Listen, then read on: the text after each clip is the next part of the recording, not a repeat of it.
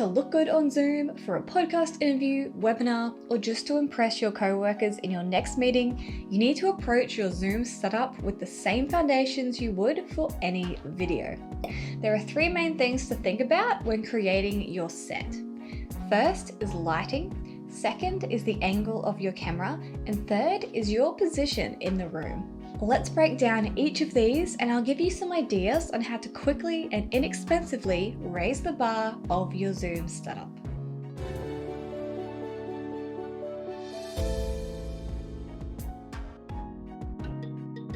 Try to face the biggest light source in the room, like a window. The last thing you want is a blinding light behind you, making you look like a full silhouette.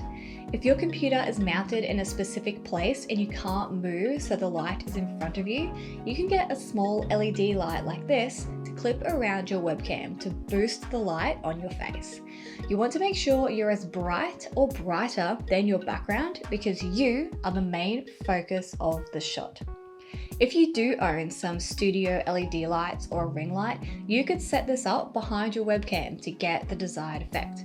Be careful with this though. If you're staring into the light for a long period of time on lots of Zoom interviews, it can strain your eyes, which is why I like to go for natural lighting from a window if possible.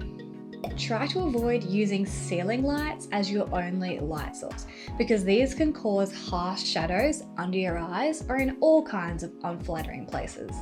Like any kind of filming, you always want to have a light source in front of you.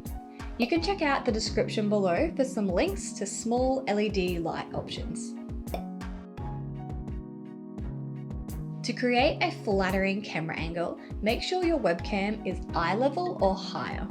If your camera is too low, it's going to be all chin and nostrils, and I think we can all agree that is no one's best angle.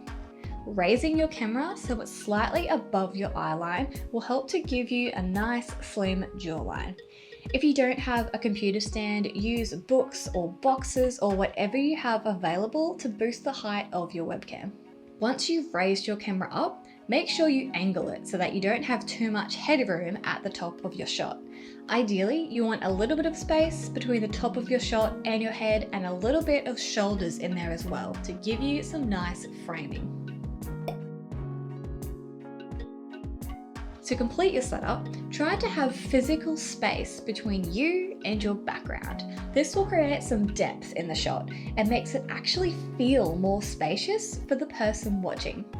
If you're up against the wall, no matter how nice that wall may be, it's going to feel like you're crammed up against the wall. Have a bit of space behind you and add a few props to the background for a little bit of interest. Lastly, and this is really down to personal preference, but try to wear something that contrasts the colour in your background. Wearing a white shirt on a white background could make you look a bit like a floating head on screen. I like to wear clothes that are bold or most often black on a white background that also have a high neckline, which helps to finish the frame around my face. Well, that looks pretty good. I think we're ready to go. I hope these tips help you to raise the bar on your next Zoom interview.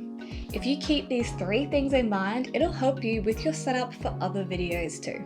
If you found this video helpful, please give it a like and hit the subscribe button for more video tips and techniques. Leave your questions in the comments below so I can answer them for you, and let me know what you'd like to see a video about next. Until then, keep creating, and I'll see you next time.